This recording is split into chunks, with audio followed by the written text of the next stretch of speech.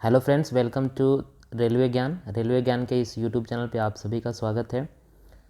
आज के इस वीडियो में हम नर्वस सिस्टम यानी कि तंत्रिका तंत्र से बहुत ही इम्पॉर्टेंट 20 क्वेश्चंस जो कि हर बार एग्ज़ाम में पूछे जाते हैं, ये हम कंप्लीट करने वाले हैं। तो आप इस वीडियो को अंत तक ज़रूर देखिएगा और सभी के सभी 20 क्वेश्चन जो होंगे उनको आप अच्छे से याद करने की कोशिश कीजिएगा, क्योंकि ये बार बार आपके एग्ज़ाम्स में पूछे जाते हैं।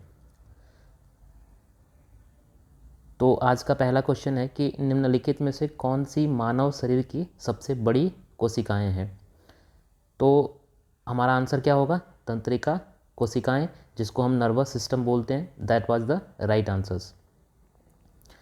अगला क्वेश्चन है कि न्यूरॉन क्या होता है। तो न्यूरॉन हमारे तंत्रिका तंत्र की आधारभूत इकाई होती है, यानी कि हमारी जो यूनिट्स होती है वो न्यूरॉन होती है नर्वस सिस्टम की।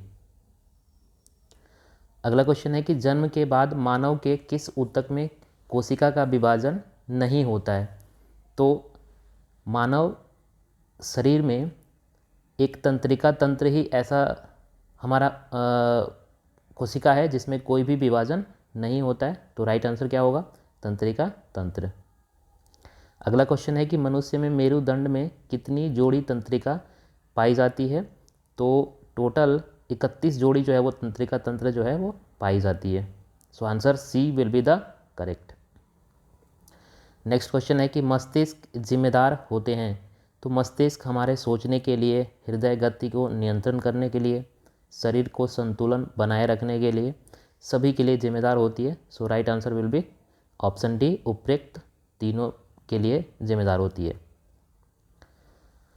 अगला क्वेश्चन है कि मनुष्य का मस्तिष्क कितने भागों में विभाजित होती है। तो मनुष्य का जो मस्तिष्क होता है वो 3 भागों में विभाजित होते हैं। तो right answer will be option B, यानी कि 3।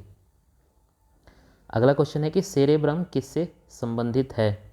तो सेरेब्रम हमारा मस्तिष्क से संबंधित होता है, यानी कि हमारे ब्रेन से संबंधित होता है।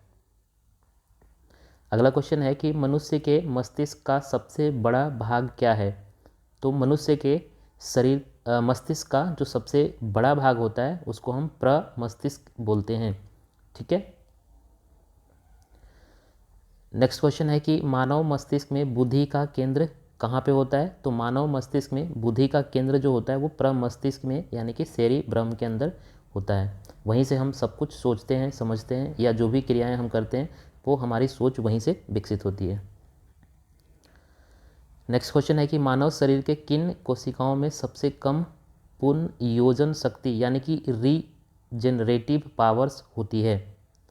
तो राइट आंसर विल बी मस्तिष्क कोशिकाएं, यानी कि जो हमारे मस्तिष्क की कोशिकाएं होती हैं उनमें रीजेनरेटिव की पावर काफ़ी ही कम होती है। नेक्स्ट क्वेश्चन है कि प्रेरक कौशल मस्तिष्क के कौन से भाग के साथ संबंधित है। तो प्रेरक कौशल मस्तिष्क जो है हमारे ललाट भाग से संबंधित होते हैं। अगला क्वेश्चन है कि मानव मस्तिष्क की कौन सी पाली श्रवण से संबंधित है। So right answer will be option C, यानी कि शंख पाली। नेक्स्ट क्वेश्चन है कि मस्तिष्क का कौन सा भाग मोटर नियंत्रण में महत्वपूर्ण भूमिका अदा करती है।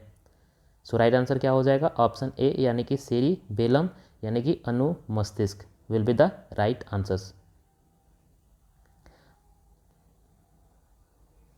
अगला क्वेश्चन है कि मानव मस्तिष्क का कौन सा अंग निगलने और उगलने का नियामक केंद्र होता है। सो निगलने और उगलने का जो नियामक केंद्र होता है वो होता है मेडुला ऑब्लंगाटा, यानी कि option C will be the correct. Next question है कि मानव शरीर में वे नियंत्रण केंद्र कहाँ है जो भूख, पानी संतुलन तथा शरीर के तापमान को विनियमित करता है, यानी कि बेसिकली कंट्रोल करता है। So answer C will be the correct, यानी कि hypothalamus. So hypothalamus will be the correct answers. Next question है कि हमारे शरीर में मस्तिष्क का कौन सा भाग संवेगात्मक क्रियाओं को नियंत्रित करता है। So right answers will be option A, यानी कि हाइपोथैलेमस। नेक्स्ट क्वेश्चन है कि मानव मस्तिष्क का कौन सा अंग निगलने और उगलने के लिए, सॉरी ये क्वेश्चन में रिपीट कर हो गया है, ठीक है। चलो नेक्स्ट क्वेश्चन है कि प्रतिवर्ती क्रियाओं का नियंत्रण केंद्र कहाँ पर होता है। तो प्रतिवर्ती यानी कि रिफ्लेक्स एक्शंस का जो नियंत्रण केंद्र होता है वो होता है कशेरुकी रज्जु में। नेक्स्ट क्वेश्चन है कि मानव शरीर में श्वसन कार्य का केंद्रीय नियंत्रण कहाँ से होता है। ये क्वेश्चन बहुत ही ज़्यादा इंपॉर्टेंट है। तो right answer will be option C यानी कि मेडुला ऑब्लोंगाटा।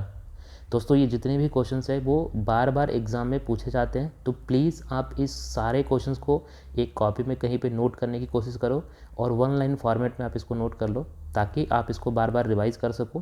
क्योंकि आपको कहीं ना कहीं आप एग्ज़ाम जब देने जाओगे, चाहे वो LLB का एग्ज़ाम होगा, NTPC का एग्ज़ाम होगा, ग्रुप डी का एग्ज़ाम होगा, उन सभी एग्ज़ामों के लिए काफ़ी रिलेवेंट क्वेश्चंस है।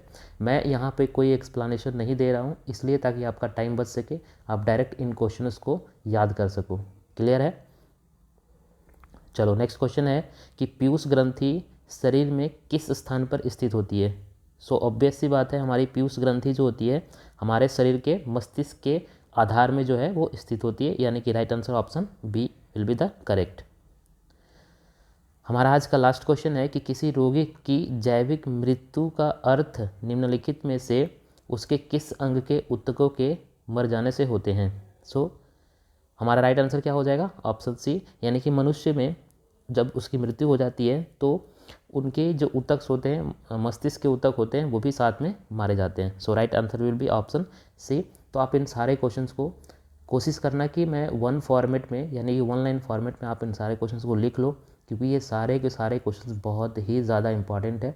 मैंने वो सारे क्वेश्चंस इसमें इंक्लूड किए हैं जो कहीं ना कहीं एग्जाम्स में पूछे गए हैं और आपके आने वाले एग्ज़ाम में भी पूछे जाएंगे। ठीक है, थैंक यू सो मच इस वीडियो को देखने के लिए। अगर आपको अच्छा लगता है तो अपने दोस्तों के साथ ज़रूर इसे शेयर कीजिए। आपकी एक लाइक, एक सब्सक्राइब हमारे लिए काफ़ी मोटिवेशन का काम करती है। ठीक है, thank you so much, all the best.